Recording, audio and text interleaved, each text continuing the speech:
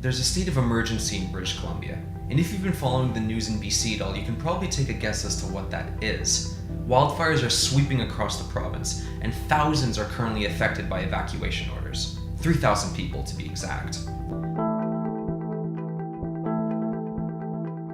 By the numbers, there are over 560 wildfires in British Columbia as I speak, and Ottawa has sent 200 of their own firefighters to BC in order to help combat the firestorms. There have been over 1,800 wildfires since April 1st, and 400 of those have been human-caused. That means that 400 wildfires were 100% preventable and never had to happen. 380,000 hectares of forest have already burned in British Columbia this year. That's the size of 940 Stanley Parks. 2018 is shaping up to be the fourth worst season for wildfires since 1950. Number one, that was last year, 2017.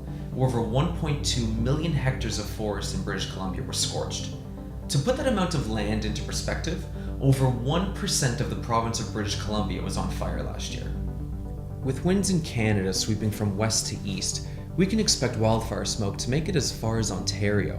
Even residents in Washington state were complaining about smoke from up north filling up their skies. You may have noticed a red or orange tint in the sky when the sun shines through the smoke. That happens because light of a longer wavelength, so red light, is able to penetrate the smoky sky, while light of a shorter wavelength, such as blue light, gets scattered easily. So how do wildfires even start? Well, with this many wildfires, it's both a combination of natural and human error. British Columbia has had an extremely hot and dry summer this season, and any spark can trigger a forest-consuming blaze. That spark can be in the form of a lightning storm or even a cigarette butt that wasn't snuffed out fully. But it's impossible to talk about forest fires today without also talking about climate change. Experts say the forest fires are increasing in frequency and intensity because of the hotter and drier summers we've been having over the years.